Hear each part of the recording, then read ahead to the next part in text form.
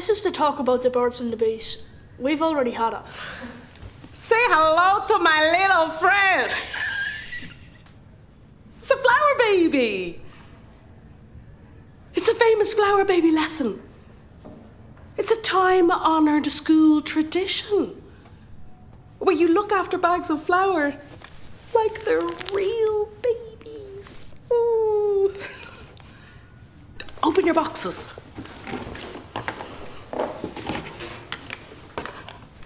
This class is all about responsibility and diligence and resilience. So you've got to partner up with the person beside you and look after these bags of flour like they're real babies. Yeah? Quick! Someone rub my swollen feet. I'm 8 months along.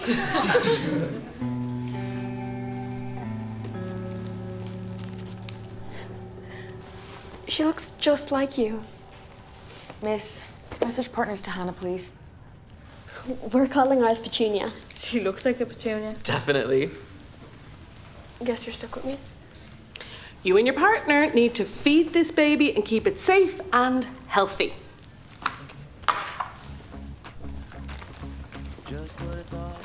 You will get an F if you don't bring it back in one piece.